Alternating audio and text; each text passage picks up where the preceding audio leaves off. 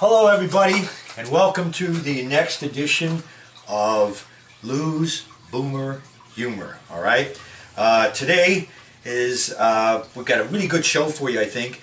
It's going to be Boomer Rock and Soul Stars. Alright, now before I get to that though, I want to remind you, if you like the show, I don't know if you do or not, but if you like the show and you got some friends, don't forget to hit share, and maybe, they think you're cool or something, and because of it. But if you don't like the show, go ahead and hit share too, because then, people, won't bother you anymore, I guess. I don't know. But anyway, the idea is that, we'll get a big following, and maybe in the spring we'll have a giant, we'll have a convention hall and have a Boomer Humor convention. All of you be there, or maybe a picnic, or I don't know, maybe meet at a bar or something. Depends upon how it goes. But anyway, we got a great show for you. Before we do that, I wanted to do this. We now have a Lou's Boomer Humor studio. Yeah. This is a studio, okay? And it's all funded by me. We got lighting, we got the whole thing. It's a great place. Well, better known as my basement. But I wanted to, before we started the show, to kind of give you a whirlwind thing of it. Now, I got a little bit of a problem because, see, Baccarat was supposed to work the cameras today, but, he showed up loaded again. So we're going to have a little intervention. We'll talk about that a little bit later. But anyway, let me just show you the place. Hold on. I got to flip this thing over, and we'll take a look here. That's our stock shot right there. Okay. As you go around here, you'll see down here, there's Palermo. Palermo's my prop man. He's kind of tired. He did a lot of work today. You'll see we had some things going on and some wall things on there. I got a lot of things about the 50s and so forth. And there's our aquarium. Now, a lot of you had questions because right next to the aquarium here, there's no fish or anything in there because everything, we put in there goes belly up. I don't know why. But anyway, this is the bar where we did the Boomer Beverages thing last time, if you remember. And you can see the glasses up there. I washed them, and of course I didn't put them away yet. But, a lot of you were saying, what was that noise and so forth? Well, it was the aquarium, which we have going, even though there's nothing alive in there. A lot of you thought it was a toilet flushing or something. But anyway, that was that. As we go around here, I got more. Everything's, all kinds of 50s stuff. Here's the jukebox. We're going to end the segment today with the jukebox, and we'll come back to that later. I got to kind of jump to the other side here. And, okay, let's get our stock shot again. And I'll get into the picture. Another thing is this thing, I don't know where the hell I got this thing from, Best Buy, but it keeps going off and on, so I may have to tap it once in a while. We'll get better as we get more money. Okay, I want to do the show. I just tripped over Addie here. One of the things I wanted to do today is show you some examples of some rock stars and soul stars from the 50s and the 60s. Now, obviously, I can't show them all, and I want to keep the show, kind of tight and so forth. So I apologize if you didn't see all the ones that you really wanted to see. But we're going to take a look at some of these today, and I got these all out of order here because I just did a kind of a run through, and then I came back and did this, and then didn't put everything back. But we always keep the mistakes in because it keeps you going. You know what I'm saying? It makes it live and what have you. Anyway, probably a lot of you would have figured we would have started with Elvis Presley, okay? But Addie down here, she's on the floor. She kind of had a different idea. She says, you ought to start with somebody like Little Richard, okay? And the reason why we're going to start with somebody like Little Richard is that before there was rock and roll, a lot of black artists were doing rhythm and blues and some soul music and things like that, and jazz. And a lot of them claimed that Elvis and some of the white stars actually stole their acts, okay? Bo Diddley was one of them. And Little Richard was one of them, and he actually started before Elvis. And his career kind of peaked about 1959, and he found out in 1959 two important things in his life. First of all, he found Jesus, I don't know where, but he found Jesus. And then he also found out that he was gay. Not Jesus, he found out that he himself was gay. So, I don't know, I guess he put the two together and became a preacher of some kind. I don't mean anything by that, but I mean, that's true. He became a preacher, and that's what he is now, actually, even though he makes appearances. He's a preacher. Okay, then, of course, the next person we had was Elvis, okay? And Elvis, this is from one of his movies, King Creole. You know all the stories about Elvis, so I'm not going to go through all of those and what have you. But one of them that I thought was kind of important or kind of funny, he was on the Ed Sullivan Show, and he was really controversial because everybody thought, because he gyrated and all that kind of stuff, that he was obscene back then. They were breaking rock and roll records, the Christian places and so forth. And so when Ed Sullivan, put him on, he only filmed him from the waist up because he didn't want him gyrating all over the place, And the thing is the story that I found out, when they asked the people about this, the Ed Sullivan people, they didn't want to admit that that was the reason. So they said that the reason was Ed Sullivan used to have other acts before. They used to have he had no talent at all. And he'd say, now before we bring on Elvis Presley, and everybody would, we would scream, the Dancing Bears. And, these Dancing Bears that come out. Well, what they said is one of the animal acts, they had an accident on the stage, and they didn't want to show it to the public, so they showed him from the waist up. A lot of bear shit as far as I'm concerned. But anyway, one more thing about Elvis. Elvis, in the 60s, when he got back out of the Army, he kept his career going by making movies. Actually made some movies in the 50s too. They were actually better movies. But the funny thing is if you look at the movies in the 50s, he really moved really well. As a matter of fact, he could dance, and he did the choreography for, what was the name of the movie? Jailhouse Rock. He did the whole choreography for this one scene. But if you look at the movies in the 60s, some of the cinema masterpieces like, Clambake, he forgot how to dance. You see him roused about, really, really embarrassing stuff. But anyway, that was Elvis. Now the next group I didn't find a lot of humorous things about, but I just had to include them. And that was Buddy Holly and the Crickets. They were one of my favorites, okay? Now, these are the original Crickets. He actually left them later on. And he also appeared on Ed Sullivan in some places. And the tragic thing with Buddy Holly, he's the one in the middle there with the glasses, if you're not familiar with that.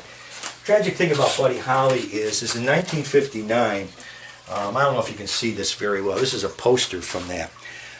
From the last show he actually did, the Winter Dance Party in Iowa somewhere.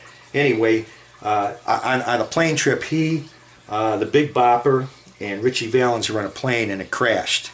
Okay, it's in one of my books here, and I'm not going to push the book on the thing. But a lot of people didn't realize that Dion from Dion and the Belmonts was also on that, but he didn't ride in the plane, obviously.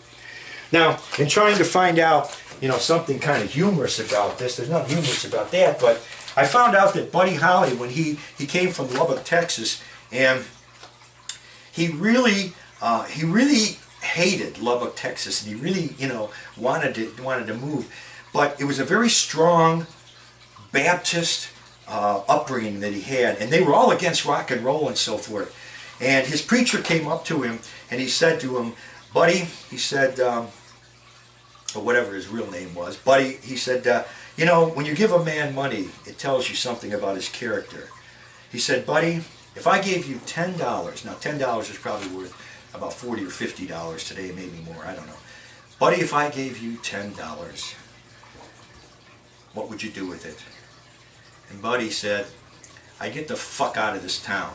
Quote, unquote. Sorry I said, whatever, but that's what he said. I thought that was humorous. Okay, one last guy from the 50s, my man, Chuck Berry. Chuck Berry, another guy, started rock and roll actually before Elvis, but became famous because of Elvis and some of the other people. But he did Maybelline and a few other things like that. Did a thing called the duck walk, and I can't do it now because I got gym shoes on. I'm going to the gym later on to watch people work out. But anyway, he did this thing called the duck walk, which precluded the moonwalk by what's his name, Michael Jackson. Interesting thing about him, though, that I thought, he actually played at the White House in the 1970s. He had a song called "My Ding-a-ling-a-ling," and it was kind of, it was a tongue-in-cheek song about body parts or whatever. And he actually did it at the White House. Okay, but President Nixon didn't know what the hell he was talking about, so he got away with it. But anyway, that was it. Okay, let's move on to the 60s and get going here. This is one of my favorite groups all time. The Beach Boys, okay? Beach Boys, I'm going to start with them because they actually precluded the Beatles. And they actually made it through the English invasion and so forth, with their hits like, the surfing stuff, car stuff, and then, of course, I Get Around. And just recently, they had their 50th reunion tours, and they went on tour, and actually I saw them, and they were really good. Interesting thing about this, though, their father, Murray, managed them. They were called the Pendletons in the beginning, and their father, Murray, managed him, and Murray, he was a real asshole. I'm sorry, but he was. He was a real mean guy in a lot of ways, and kind of used them for his own advantage. And he used to have a false eye, and when the boys were younger, in order to punish them, he'd take his eyeball out and make them look at the socket. Okay. One time at the dinner table, got pissed off at Brian and made Brian defecate in the dining room. No wonder Brian went a little bit nuts. Murray. Not exactly Robert Young, father knows best. But anyway, they did flourish and they did well. And going on to the soul of the 60s, moving on to the 60s, were the Temptations. Everybody had this album, I know. Okay, the Temps' greatest hits. Had all kinds of stuff on here. And the Temps, they went through guys, there's some guys, there's a few guys there that were on the whole time, okay? But they went through guys like crazy. I got a card back here, by the way. I just want to show you here, so I don't forget stuff. And if you watch regular TV shows, a lot of times you notice they have blue cards, okay? Here at Lou's Boomer Humor Place, we have pinkish red cards. The reason for that, well, actually, Office Max was out of blue.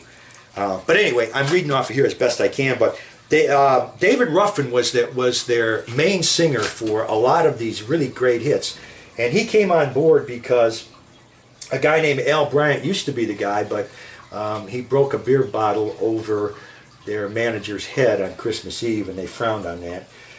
So they put David Ruffin in, and then David Ruffin became a pain in the ass to them a lot of times, wanted him to be the #1 guy, so they got rid of him. And an interesting thing about these guys today is that even though,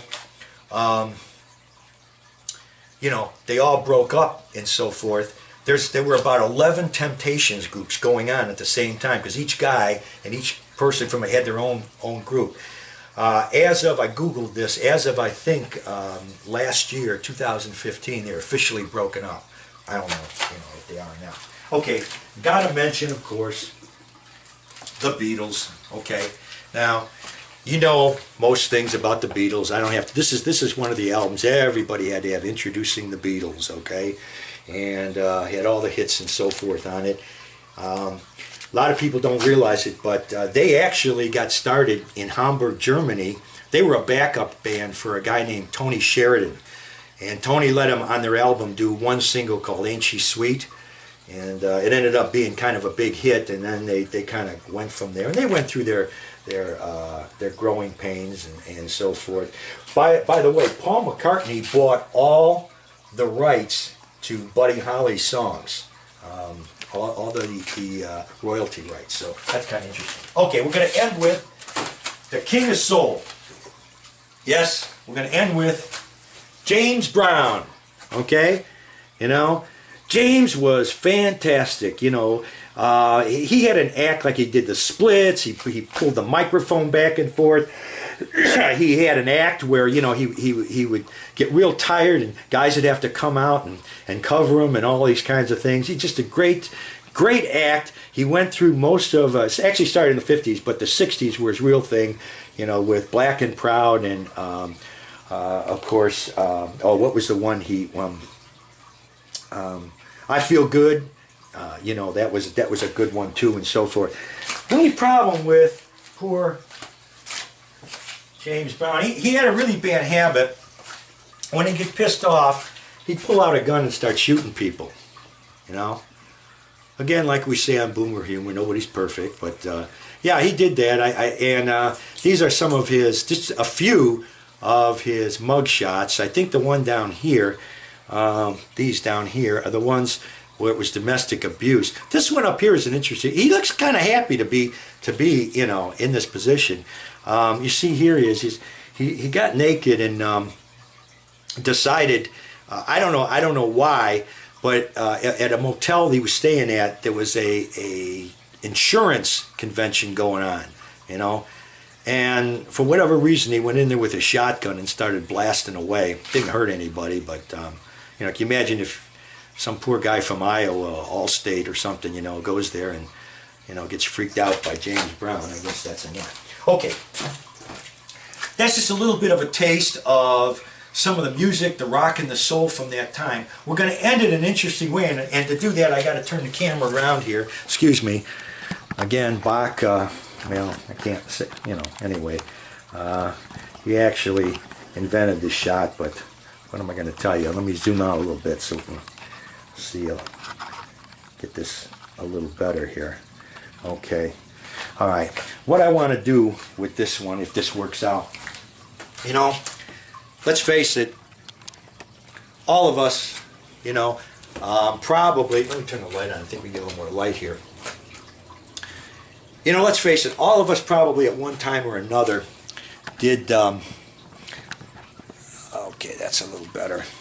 At one time or another, you know, you know, whether you're in the car alone or you're by yourself, you know, we have fantasies. We hear a song we like, and, you know, like you grab a comb or something, you pretend like it's a microphone, and you know, you start singing in front of it, and you pretend like, you know, you're a big rock star or soul star, and, you know, millions of people love you. You're on TV. You're at Times Square or Central Park singing, and everybody loves you, and your career is booming, and then it goes to your head, and you start turning to drugs or alcohol or both, and everybody turns away from you, and your career goes down, and pretty soon you're at the rock bottom, and then all of a sudden somebody believes in you, and then I don't know, you find Jesus, Betty Ford or somebody, and your career comes back, and they make a movie about you. You know, we've all had that fantasy, right? You know, well, neither have I, but I mean, you know, that's not the point. But anyway, I wanted to end with one more song here, if it'll come up. Here we go. But, you know, we all did this kind of thing, I know. It won't come up. Okay, well, I got to find another one then. Let's see. How about this one? G7.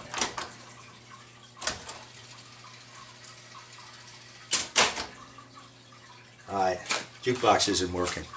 Well, anyway, I hope you really enjoyed what we did here. And I hope you come back and see us. God damn it. Anyway, we'll see you next time, and have a good weekend, and we'll see you.